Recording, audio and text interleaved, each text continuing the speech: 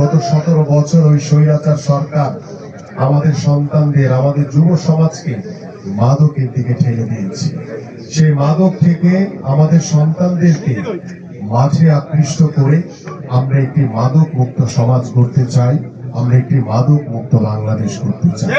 এবং আমাদের মাননীয় ভারপ্রাপ্ত চেয়ারম্যান জনাব তারেক রহমান ইতিমধ্যে সিদ্ধান্ত নিয়েছেন যে ইনশাআল্লাহ বাংলাদেশ জাতীয়তাবাদী দল বিএনপি আগামী ফেব্রুয়ারিতে যে নির্বাচন হবে, সে নির্বাচনে এদেশের সাধারণ মানুষের ভোটে নির্বাচিত হলে সরকার গঠন করলে আমরা প্রত্যেকটি স্কুলে ক্লাস 4 থেকে খেলাধুলাকে বাধ্যতামূলক করা হবে এবং সেই খেলাধুলার মাধ্যমে আমরা আমাদের সন্তানদেরকে শারীরিকভাবে সুস্থ জাতি হিসেবে গড়ে তুলতে পারবো।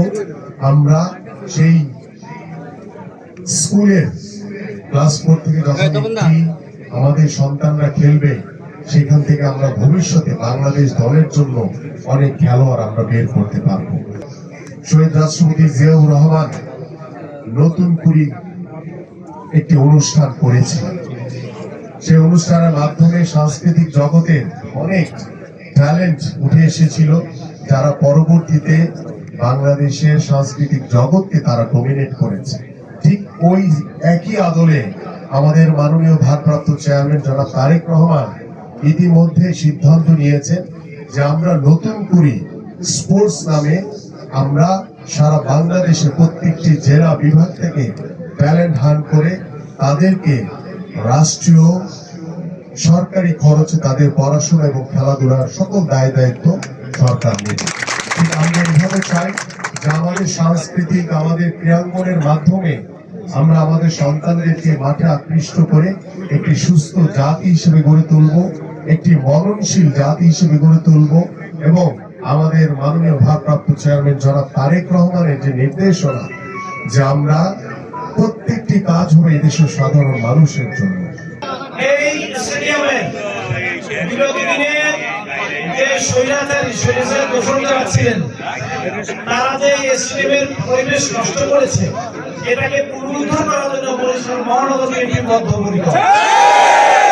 ইনশাআল্লাহ আমরা আজকে সূচনা করলাম, আগামী দিনে এই খেলাধুলার মাধ্যমে আমাদের যে ছোট তরুণ কিশোর যারা আমাদের ছেলেমেয়েরা আছে, তাদেরকে এই একটা কথা আছে, physical exercise is necessary for the soundness of health, মানে শরীর চর্চাটা খুবই সুস্থ দেহ মনের জন্য প্রয়োজন।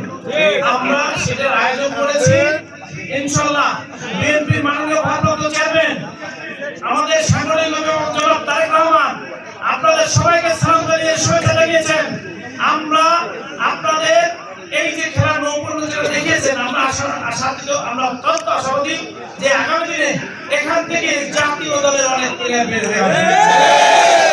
আগামী দিনে এই স্টেডিয়ামে আরো ভালো ভালো খেলা হবে। আপনারা সবাই সম্পৃক্ত থাকবেন, আমরা খেলাধুলার মধ্যে থাকবো। আমাদের ইয়াং সমাজকে আমরা কোনো ক্রমে বিপদগামী হতে দেব না, আমরা সবাই সচেষ্ট থাকবে। বরিশাল আউটার স্টেডিয়ামে আমরা যে ফুটবল খেলার আয়োজন করেছি, লাল এবং সবুজ দল, খেলাধুলা এমন একটি জিনিস মানুষকে সমস্ত অন্যায় কাজ থেকে দূরে রাখে। শরীর চর্চা মানুষের মন এবং প্রাণকে সুস্থ রাখে। কাজে বিগত ফ্যাসিস্টের আমলে বাংলাদেশে বরিশাল খেলাধুলায় প্রথম ছিল। সেই পুরনো স্মৃতি আবার আমরা বাংলাদেশ জাতীয়তাবাদী দল বরিশাল মহানগর বরিশাল স্টেডিয়ামকে আবার নতুন ভাবে চালু করব।